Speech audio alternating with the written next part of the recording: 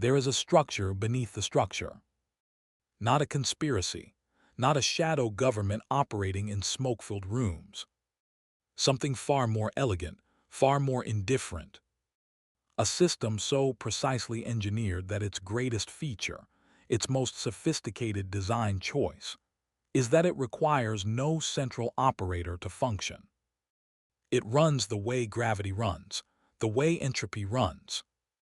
Not because someone is pulling every lever in real time, but because the architecture itself makes certain outcomes inevitable. You have felt this in the way decisions that affect millions of lives seem to emerge from nowhere and everywhere simultaneously. In the way markets move before the news breaks. In the way the rules always seem to bend in one direction, regardless of who is nominally in charge. You chalked it up to coincidence, to incompetence, to bad luck distributed unevenly across the population. It was none of those things. Consider how a distributed server network operates. No single node controls the system. Remove any one server and the network reroutes. The data still flows, the function is preserved. The architecture is antifragile by design, not because any single architect sat down and made it immune to disruption, but because the system was built with redundancy as a foundational principle. Resilience is not an accident. It is an engineering decision made long before the first crisis arrives. Now apply that model to power. The masses operate under a specific and carefully maintained illusion that power is located in visible institutions. In elected chambers, in corporate headquarters, in the figures whose names appear on ballots and annual reports. This is the decoy layer, the interface. The part of the system designed to absorb attention, to give the masses a target for their frustration, a surface to push against. And while they push against the surface, the actual load-bearing structures remain untouched. This is Protocol 0, the 0th layer, the substrate on which every visible institution is built, and from which every visible institution draws its actual operating permissions. Not its legal authority, its operating permissions. These are not the same thing. Legal authority is what the system allows you to display. Operating permissions are what the system allows you to actually do. The boardroom does not fear the ballot. The kingmaker does not fear the regulator. Not because they are above the law in any crude, cartoonish sense, but because the law itself was compiled within a code base they had access to long before the masses knew the software was being written. Think of it in terms of information theory. The party with asymmetric information in a closed system does not need to cheat. They simply need to act on data the other participants do not yet have. By the time the signal becomes visible to the market, to the masses, the position has already been taken. The leverage has already been applied. The outcome is already converging toward its predetermined attractor state. This is not manipulation in the way you were taught to recognize manipulation. There is no villain monologue. There is no moment of exposure. Because the system was not designed to be exposed. It was designed to be invisible in the way dark matter is invisible, not because it hides, but because the instruments the masses were given were never calibrated to detect it. You were handed a metal detector and told to search for something made of light. And here is the precise mechanism by which this invisibility is maintained. The system does not suppress information. Suppression leaves traces. Suppression creates martyrs and anomalies and pressure differentials that eventually rupture. Instead, the system does something far more elegant. It floods the channel. Information overload is not a byproduct of the modern architecture. It is a feature of it. When every signal is surrounded by 10,000 units of noise, the masses do not become informed. They become exhausted. Exhaustion produces compliance. Compliance is the desired output.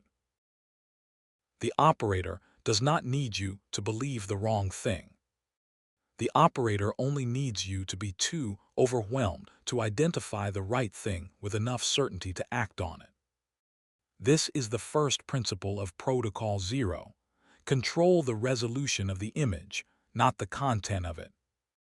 A map with the wrong scale is more dangerous than no map at all, because the person holding it believes they are navigating. They are moving with confidence. They are making decisions. And every decision they make, every turn they take, feeds back into a system that was designed to convert their motion into someone else's momentum.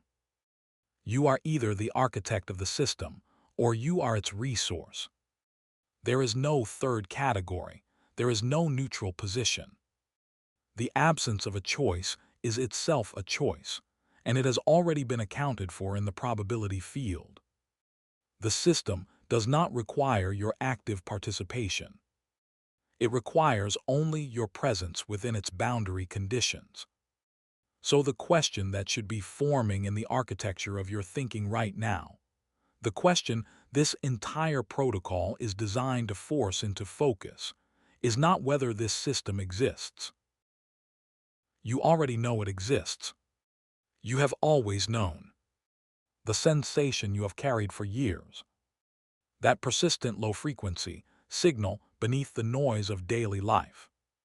The feeling that the rules you were given do not match the game actually being played, that was not paranoia. That was pattern recognition, operating correctly in an environment specifically engineered to discredit it. The question is not whether the invisible structure is real. The question is, what are its actual load-bearing walls? Load-bearing walls of invisible control are not made of money. This is the second illusion, the one layered beneath the first. The masses, upon awakening to the existence of Protocol 0, make an immediate and predictable error. They locate power in capital. They draw maps of wealth and call them maps of control. And in doing so, they make the same categorical mistake as before, simply at a higher resolution. Capital is not power. Capital is a representation of power, a token, a receipt. The distinction matters in the same way the distinction between a map and the territory matters, which is to say, it matters completely. Because confusing the two is precisely what keeps the navigator lost. The actual load-bearing walls are three, and they do not appear in any ledger. The first wall is the control of decision architecture. Not decisions themselves. Architecture. The architect does not tell the executor what to choose.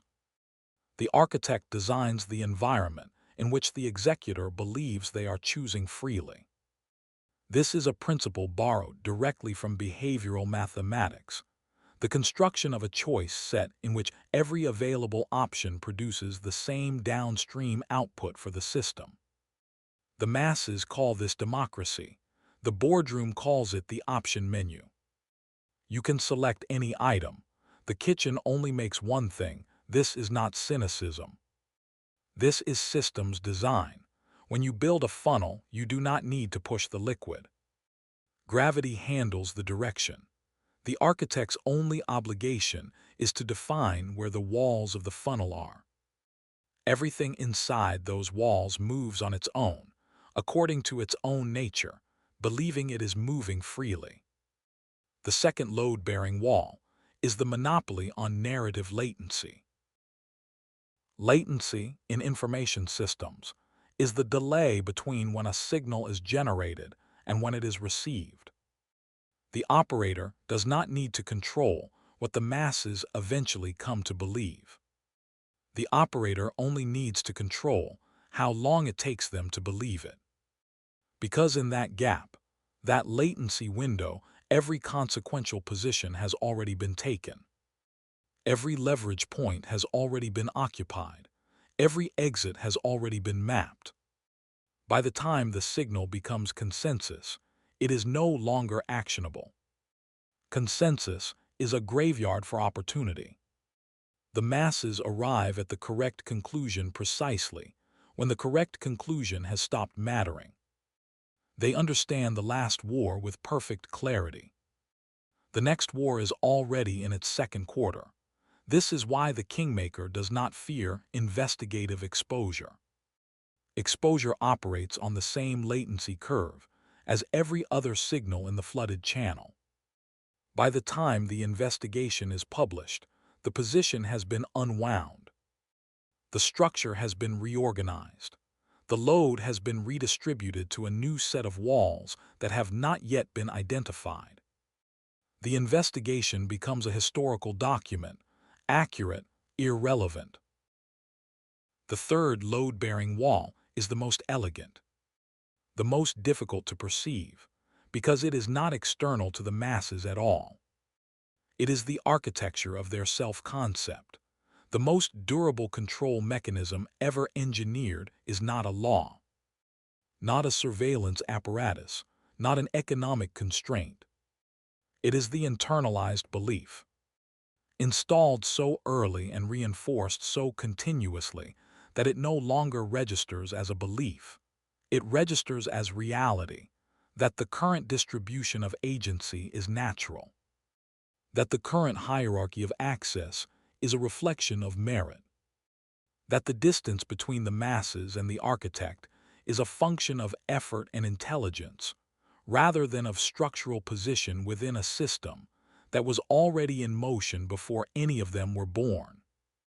This is the recursive loop that closes the system. External constraints can be identified and resisted. Internal constraints are invisible because they present themselves as the self.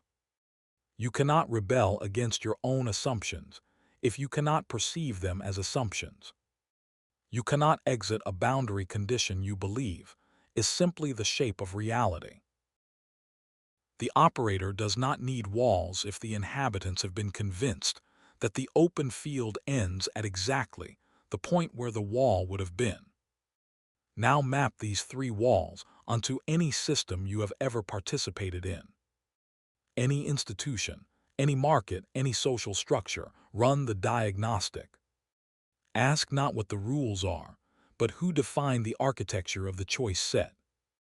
Ask not what information you have, but what the latency curve looks like. How long after the signal was generated did it reach you? And what happened in that window? Ask not what you believe about your own position, but when and by whom that belief was first installed. This is the diagnostic protocol. This is how you begin to read the actual structure beneath the displayed interface. Because here is the variable that Protocol 0 does not account for, the one asymmetry the system was not fully designed to neutralize.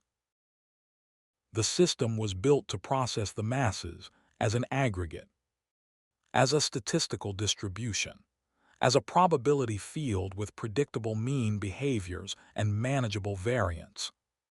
It was not optimized for the individual node that begins running a different algorithm. The architecture assumes behavioral conformity at sufficient scale. It does not require 100% compliance. It requires only that defection from the expected pattern remain below the threshold, at which it becomes a systemic variable rather than a rounding error. The question the system cannot answer in advance is whether you are a rounding error. And the answer to that question is not determined by what you know. It is determined by what you do with the latency window you now possess. The answer to that question is not determined by intelligence. It is not determined by access to information. Both of those variables have already been accounted for in the probability field. The system has processed 10,000 versions of the awakened individual and has a statistical model for what they do next. They read, they share. they build communities of mutual recognition. They find others who have run the same diagnostic and arrived at the same coordinates. And in doing so, they form a new aggregate, a new distribution, that the system can model, predict, and route around. This is the recursive trap, embedded inside the awakening itself. Knowledge, without a corresponding change in behavior at the structural level, does not constitute defection from the system.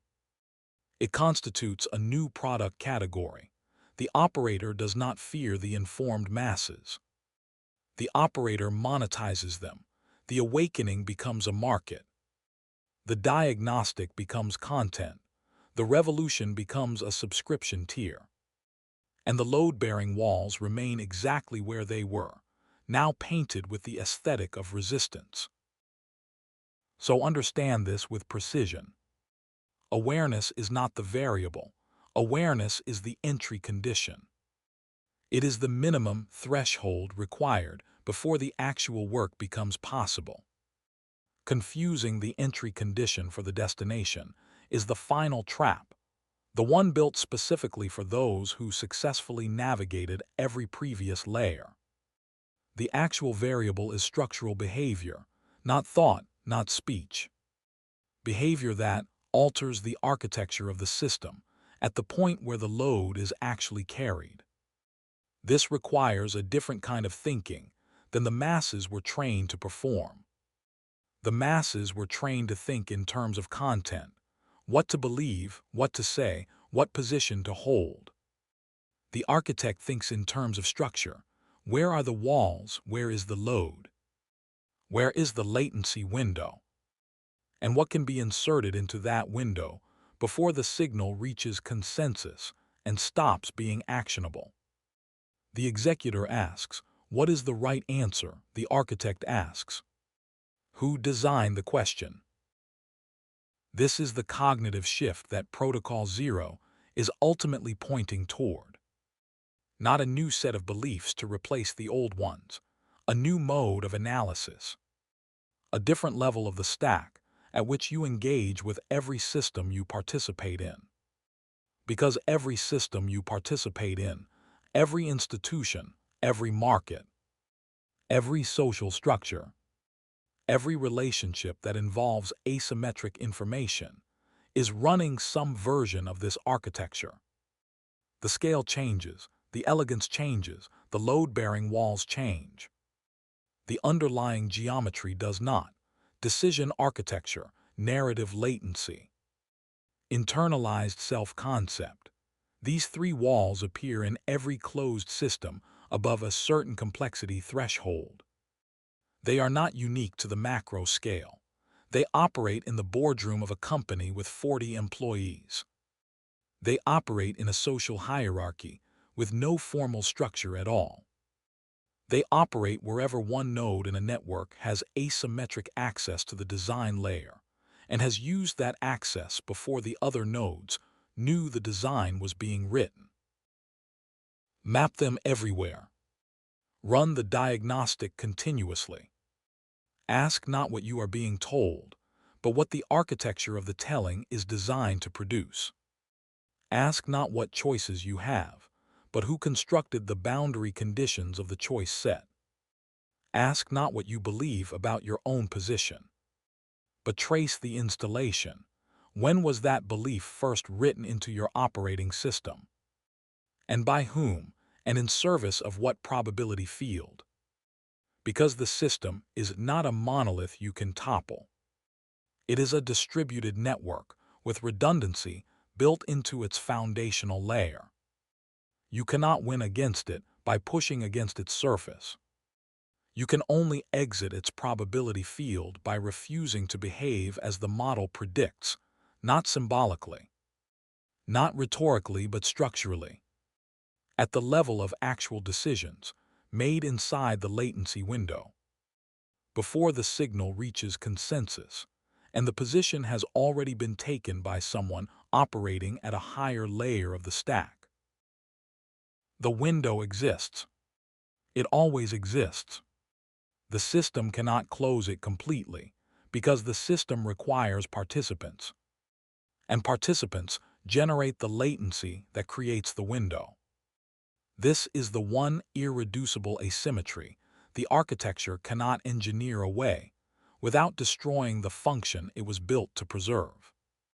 You are inside that window right now, not because this analysis has given you something new, but because it has named something you already carried, that persistent low-frequency signal. That structural dissonance between the rules you were handed and the game actually being played. Naming it does not resolve it. Naming it only removes the last excuse for inaction that the system provided. The excuse of uncertainty. You are no longer uncertain about the geometry. What you do inside this window, how you engage with the architecture of the systems you inhabit, at what level of the stack you choose to operate. Whether you remain a statistical variable in someone else's probability field or become an input the model was not designed to process, that is not a question this protocol can answer for you. That is the only question that was ever actually yours. Protocol 0 does not end. It does not resolve into a clean conclusion, because the system it describes does not end. And a clean conclusion would itself be a feature of the architecture, a designed endpoint that produces the sensation of completion and, with it, the permission to stop running the diagnostic. Do not stop running the diagnostic. If this analysis has altered the resolution of your map, if the geometry of the invisible structure is now more legible than it was before, then the only logical next action is to ensure that the next layer of the stack becomes equally visible. Every subsequent episode of this protocol is another level of the analysis. Another set of load-bearing walls identified, another latency window located and measured. Subscribe to this channel, not as a gesture of loyalty to a content structure, as a decision made inside the window, a choice to continue operating at the level of the architecture rather than the interface. Leave a comment not with what you believe, but with what structural question the diagnostic has opened for you. That is the signal worth amplifying. That is the data point that does not feed back into the expected probability field. The system has already modeled the version of you that watches and moves on. It has not fully modeled what happens next if you don't.